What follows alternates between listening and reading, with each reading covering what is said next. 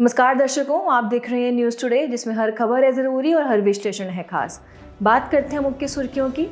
Supreme court ने संविधान की प्रस्तावना में समाजवादी पंथ निरपेक्ष को शामिल रखना बरकरार रखा। केंद्रीय मंत्रिमंडल ने one nation one subscription ONOS को मंजूरी दी।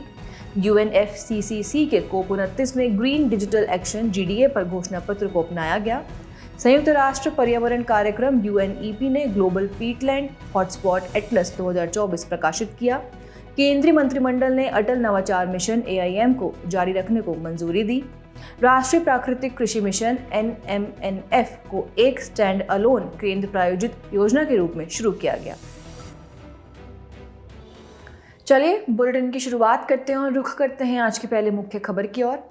सुप्रीम कोर्ट ने संविधान की प्रस्तावना में समाजवादी पंथ निरपेक्ष को शामिल रखना बरकरार रखा।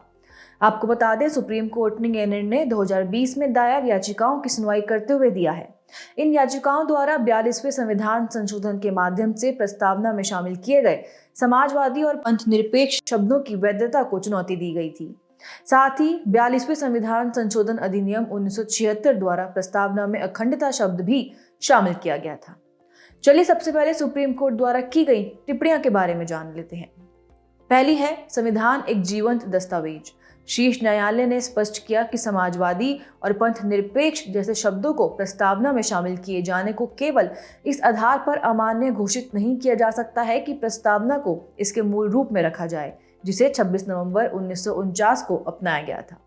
संविधान का अनुच्छेद 368 संविधान में संशोधन की अनुमति देता है और संशोधन करने की शक्ति निर्विवाद रूप से संसद के पास है। इसलिए संसद संविधान की प्रस्तावना में भी संशोधन कर सकती है। दूसरी है पंथ निरपेक्षता। भारत के संदर्भ में इसका अर्थ है कि राज्य ना तो किसी धर्म विशेष का समर्थन करेगा और ना ही किसी धर्म विशेष को मानने और आचरण करने को दंडित करेगा। इसके अलावा राज्य का अपना कोई राजकीय धर्म भी नहीं होगा। यह सिद्धांत संविधान के अनुच्छेद 25, 26, 29 और 30 के साथ साथ अनुच्छेद 14, 15 और 16 में भी निहित है। वहीं समाजवाद को समझें तो यह राज्य के आर्थिक और सामाजिक उत्थान के लक्ष्य को प्रकट करता है। यह निजी उद्यमिता और व्यवसाय तथा वृत्ति के अधिकार को प्रतिबंधित नहीं करता है। आपको बता दें कि व्यवसाय तथा वृत्ति की स्वतंत्रता अनुच्छेद 19(1)G के तहत एक मौलिक अधिकार है। और आखिरी टिप्पणी है, समाजवादी और पंथ निरपेक्ष को शामिल करना। सुप्रीम कोर्ट ने स्पष्ट किया कि इन शब्दों को प्रस्तावना में शामिल करना निर्वाचित सरकारों द्वारा अपनाए गए कानूनों को तब तक प्रतिबंधित नहीं करता जब तक कि ऐसे कानूनों से संवैधानिक अधिकारों या संविधान के मूल ढांचे का उल्लंघन ना हुआ हो। ऐसे में अब सुप्रीम कोर्ट द्वारा दिए गए महत्वपूर्ण निर्णय भी जान लेते हैं। पहला है, केशवानंद भारती बनाम केरल राज्य और SR बोम्मई बनाम भारत संघवाद। इस वाद में सुप्रीम कोर्ट ने निर्णय दिया था कि पंथ निरपेक्षता संविधान के मूल ढांचे का हिस्सा है। दूसरा है, RC पौडियाल बनाम भारत संघ। पंथ निरपेक्षता सभी धर्मों के व्यक्तियों के साथ समान और बिना किसी भेदभाव के व्यवहार करने की देश की प्रतिबद्धता की परिचायक है। और तीसरा है, प्रॉपर्टी ऑनर्स एसोसिएशन और अन्य बनाम महाराष्ट्र राज्य में 9 न्यायाधीशों की संविधान पीठ। इसमें सुप्रीम कोर्ट ने कहा कि संविधान सरकार को आर्थिक अभिशासन के लिए एक ऐसा ढांचा निर्मित करने की अनुमति प्रदान करता है जो उन नीतियों का कार्यान्वयन करेगा जिनके लिए वह मतदाताओं के प्रति जवाबदेह है। आइए बढ़ते हैं अगली मुख्य खबर की ओर। केंद्रीय मंत्रिमंडल ने वन नेशन वन सब्सक्रिप्शन यानी ONOS को मंजूरी दी। One nation one subscription ONOS पहल वास्तव में विकसित भारत @2047 राष्ट्रीय शिक्षा नीति NEP 2020 और अनुसंधान नेशनल रिसर्च फाउंडेशन यानी ANRF के लक्ष्यों के अनुरूप है। चलिए वन नेशन वन सब्सक्रिप्शन यानी ONOS के बारे में जान लेते हैं। पहले बात करते हैं इस योजना के बारे में। यह एक केंद्रीय क्षेत्र की योजना है। इसके तहत देश भर में एक ही प्लेटफॉर्म पर विद्वानों के प्रकाशित शोध लेख और जर्नल्स पढ़े जा सकते हैं। इस योजना को आसान, यूजर फ्रेंडली और पूरी तरह से डिजिटल प्रक्रिया के माध्यम से कार्यान्वित किया जाएगा। दूसरा है वित्तीय आवंटन। इसके तहत 2025 से 2027 की अवधि के लिए 6000 करोड़ रुपए आवंटित किए गए हैं। इसका कार्यान्वयन मंत्रालय केंद्रीय शिक्षा मंत्रालय है। इसके कार्यान्वयन के लिए उच्चतर शिक्षा विभाग DHE के तहत एकीकृत portal one nation one subscription स्थापित किया जाएगा। इस पोर्टल के जरिए कोई संस्थान जनरल या शोध आलेख एक्सेस कर सकेगा।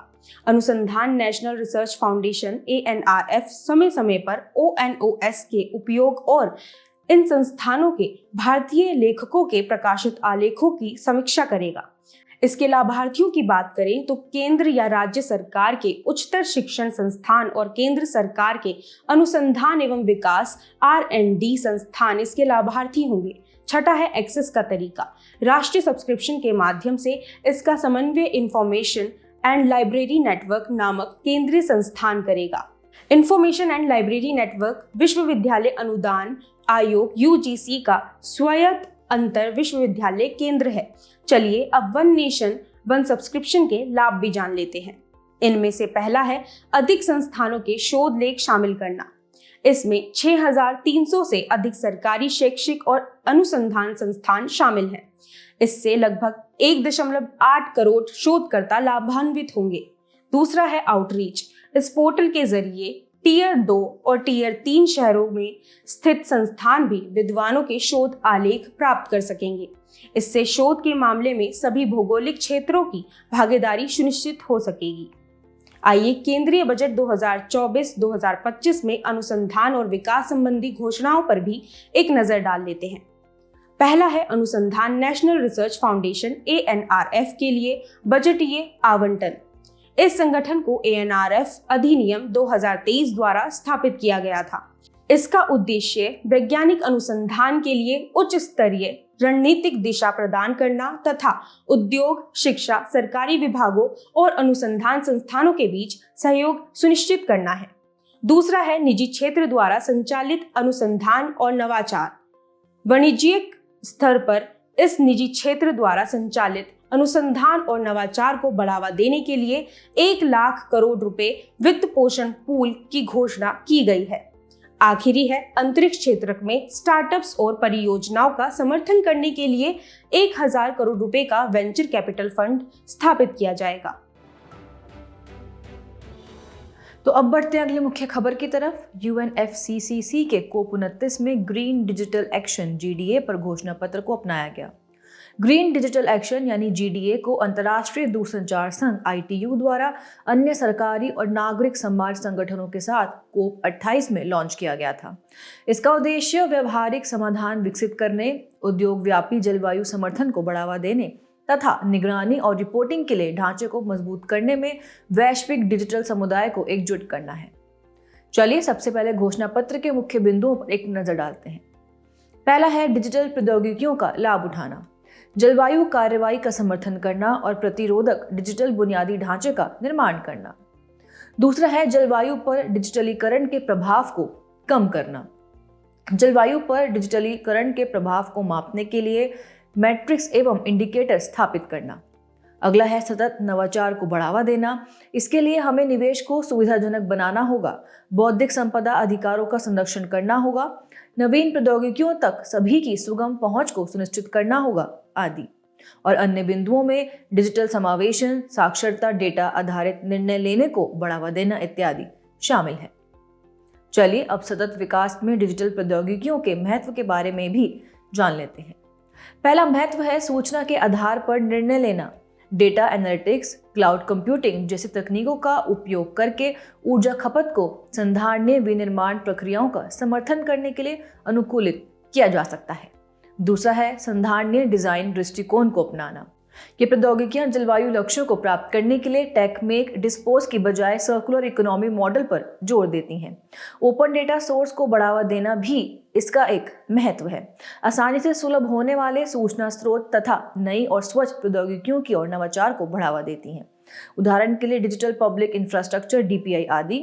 और आखिरी है आपदा प्रबंधन में भूमिका। आरंभिक चेतावनी प्रणाली, आरंभिक संचार तथा खोज एवं बचाव कार्य आदि सहित जलवायु निगरानी एवं पूर्वानुमान को बेहतर बनाने में मदद करती हैं।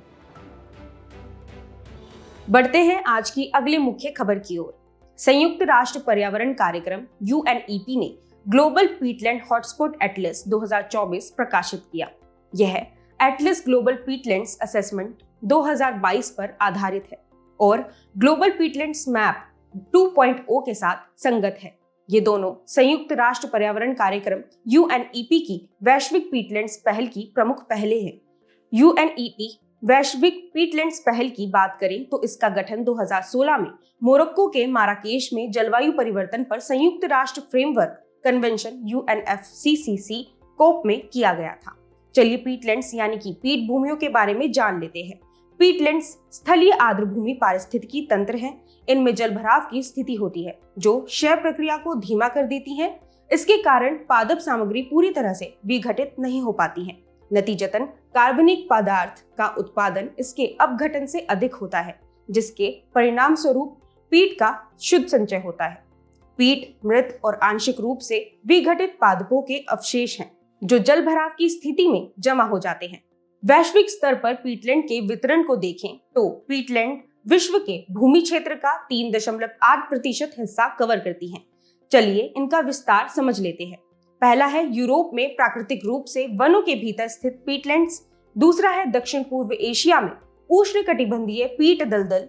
तीसरा है रूस और कनाडा के परमाफ्रॉस्ट क्षेत्र।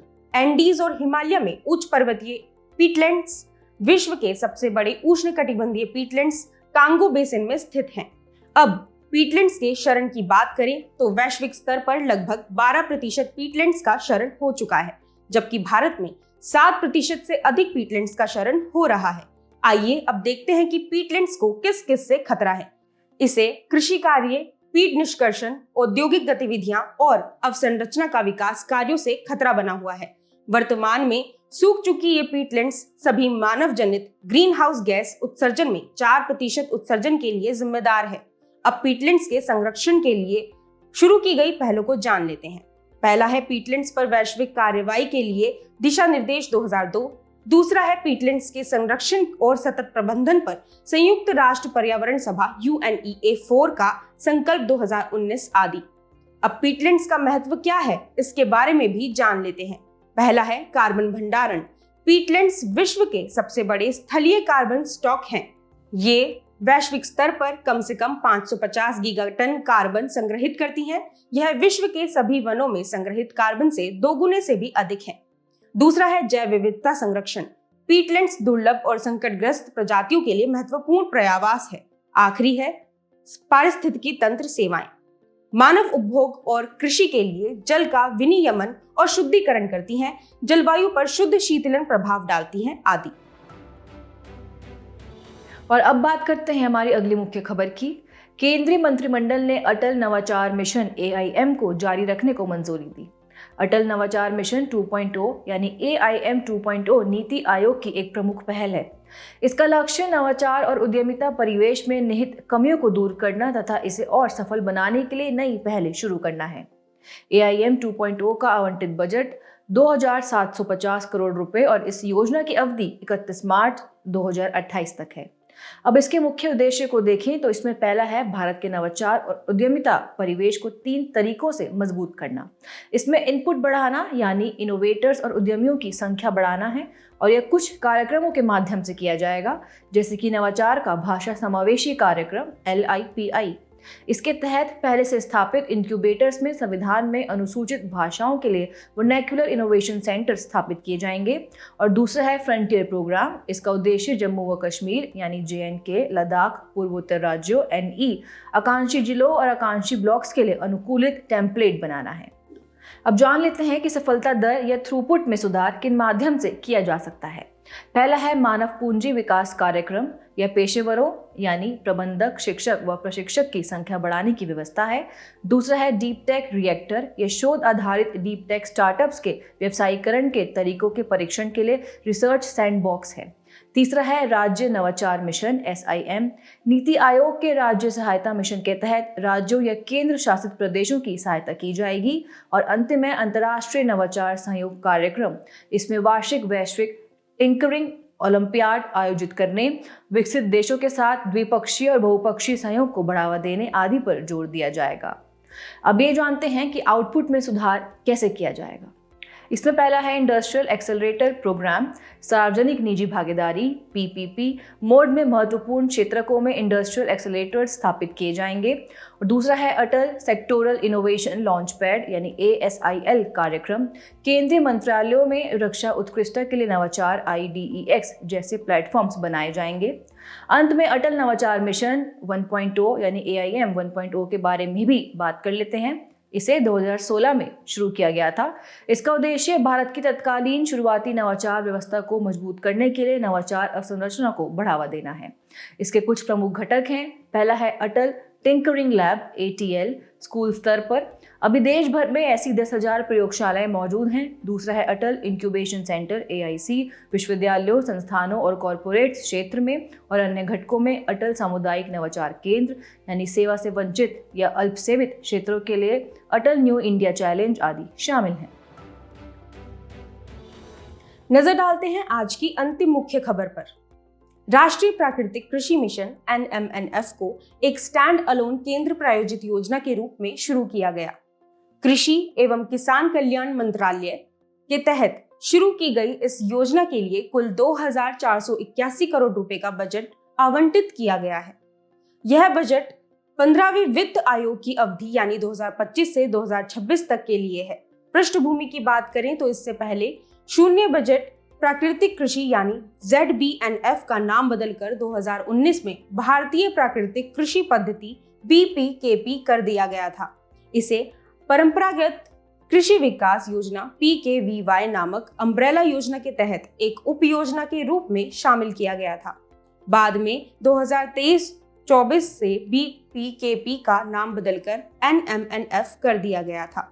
चलिए NMNF योजना की मुख्य विशेषताएं भी जान लेते हैं। पहला है कार्यान्वयन।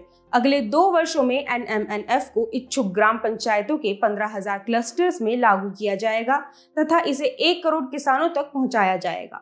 साथ ही इसके तहत 7.5 लाख हेक्टेयर क्षेत्र में प्राकृतिक कृषि शुरू की जाएगी। योजना के तहत प्राकृतिक कृषि करने वाले किसानों की बहुतायत संख्या वाले क्षेत्रों को प्राथमिकता दी जाएगी। दूसरा है बायो इनपुट संसाधन केंद्र BRCs। इनके माध्यम से किसानों के लिए उपयोग हेतु तैयार बायो इनपुट की आसान उपलब्धता सुनिश्चित की जाएगी। इसके लिए 10,000 ऐसे आवश्यकता आधारित केंद्र स्थापित किए जाएंगे। तीसरा है मॉडल प्रदर्शन फार्म्स। इच्छुक किसानों को प्रशिक्षित करने के लिए इन फार्म्स की स्थापना कृषि विज्ञान केंद्र KVKs, कृषि विश्वविद्यालयों AUs और किसानों के खेतों में की जाएगी। चौथा है जागरूकता सृजन। इच्छुक किसानों को संगठित करने और उन्हें सहायता प्रदान करने के लिए यह कार्य कृषि सखी के माध्यम से किया जाएगा। पांचवा है प्रमाणन। बाजार पहुंच के लिए सुगम व सरल प्रमाणन प्रणाली और समर्पित सामान्य ब्रांडिंग का प्रावधान किया गया है। छठा है निगरानी। योजना के तहत एक ऑनलाइन पोर्टल के माध्यम से कार्यान्वयन की रियल टाइम जियो टैग और संदर्भित निगरानी की जाएगी। सातवां है अभिसरण। मौजूदा योजनाओं और समर्थन संरचनाओं के साथ अभिसरण की संभावनाओं का पता लगाया जाएगा। इसी के साथ प्राकृतिक कृषि के बारे में भी जान लेते हैं। यह रसायन मुक्त और पशुधन आधारित कृषि पद्धति है। यह फसलों, वृक्षों और पशुधन को कार्यात्मक जैव विविधता के साथ एकीकृत करती है। मुख्य घटक देखें तो पहला है बीजामृत। इसमें गाय के गोबर आदि से बीजों का उपचार किया जाता है। अगला है जीवामृत। ये सूक्ष्म जीवों की गतिविधियों को बढ़ावा देने वाले जैव उत्तेजक के रूप में कार्य करता है। तीसरा है आच्छादन या मल्चिंग। इसके तहत जीवित फसलों और मृत बायोमास दोनों का उपयोग करके मिट्टी की सतह को ढका जाता है। चौथा है व्यापासा। इसमें जल वाष्प के संघनन के लिए मिट्टी में केंचुओं को सक्रिय करना शामिल है। और पांचवा है पौध संरक्षण। कीटों आदि को रोकने के लिए जैविक मिश्रण का छिड़काव किया जाता है। चलिए बढ़ते हैं हमारे खास सेगमेंट सुर्खियों में रहे स्थल की तरफ। आज हम बात करेंगे दक्षिण कोरिया की। इसकी राजधानी सियोल है। संयुक्त राष्ट्र पर्यावरण कार्यक्रम UNEP के तहत वैश्विक प्लास्टिक संधि पर अंतिम वार्ता दक्षिण कोरिया के बुसान में चल रही है। दक्षिण कोरिया की भौगोलिक अवस्थिति के बारे में बात करें तो यह एक पूर्वी एशियाई देश है। इसका विस्तार दक्षिणी कोरियाई प्रायद्वीप पर है। इसकी सीमाएं उत्तर कोरिया से लगती हैं। 38 डिग्री नॉर्थ अक्षांश समानांतर रेखा इसे उत्तर कोरिया से अलग करती है। इसकी समुद्री सीमाएं देखें तो यह 3 तरफ से जल से घिरा हुआ है। इसके पूर्व में पूर्वी सागर या जापान सागर, दक्षिण में पूर्वी चीन सागर तथा पश्चिम में पीत सागर येलो सी अवस्थित है। चलिए अब इसकी भौगोलिक विशेषताएं भी जान लेते हैं। कोरियाई जलडमरू मध्य इसे दक्षिण पूर्व में जापान के सुशिमा द्वीप समूह से अलग करता है। इसके प्रमुख पर्वत श्रृंखलाओं की बात करें तो इसमें ताइबेक, सोबेक आदि शामिल है। इसकी सबसे ऊंची चोटी जेजू द्वीप पर स्थित माउंट हल्ला है। इसकी प्रमुख नदियां हान, ग्युम, नागडोंग आदि हैं। चलिए बुलेटिन की आखिर में बढ़ते हैं आज की संक्षिप्त सुर्खियों की तरफ। 26 नवंबर 2024 को 75वां संविधान दिवस मनाया गया। यह दिवस भारतीय संविधान को अपनाने के उपलक्ष्य में मनाया जाता है। भारत के संविधान को 26 नवंबर 1949 को अपनाया गया था और 26 जनवरी 1950 को पूर्ण रूप से लागू हुआ था। कर्नाटक के बेल्लारी और आंध्र प्रदेश के रायलसीमा के कुछ हिस्सों में मिर्च की फसल में ब्लैक थ्रिप्स के संक्रमण के मामले सामने आए हैं। ये ब्लैक थ्रिप्स पेस्ट इस क्षेत्र की स्थानिक बीमारी हो गई है। दिल्ली हाई कोर्ट ने सर्च इंजनों पर दंपतियों का नाम छुपाने का आदेश दिया। यह आदेश भुला दिए जाने के अधिकार के तहत जारी किया गया है। द लांसेट HIV जर्नल के अनुसार वैश्विक स्तर पर नए HIV संक्रमण में 22% और HIV से संबंधित मौतों में 40% की गिरावट आई है। हाल ही में शोधकर्ताओं ने कर्नाटक के कुलबुर्गी में भीमा नदी के किनारे स्थित प्राचीन बौद्ध स्थलों कनगनहल्ली और सन्नाटी की अप्रयुक्त पर्यटन क्षमताओं पर प्रकाश डाला। यहाँ से 2000 साल पुराना अशोक का शिलालेख प्राप्त हुआ है। आर्थिक मामलों की मंत्रिमंडलीय समिति ने आयकर विभाग की पैन 2.0 परियोजना को मंजूरी दी। यह एक ई-गवर्नेंस पहल है। इसका उद्देश्य प्रौद्योगिकी आधारित बदलाव के माध्यम से करदाता पंजीकरण सेवाओं की व्यावसायिक प्रक्रियाओं को फिर से तैयार करना है। रियांग समुदाय के सदस्यों ने अपनी भाषा कोबरू को मान्यता देने की मांग की है। रियांग विशेष रूप से कमजोर जनजातीय समूह PVTG है। आंध्र प्रदेश के पश्चिमी गोदावरी जिले के नरसापुर क्रोशिए लेस को भौगोलिक संकेतक GI टैग दिया गया है। जाने से पहले आपकी समझ की परीक्षा के लिए डालते हैं एक नजर माय स्पेशल सेगमेंट प्रश्नोत्तरी पर।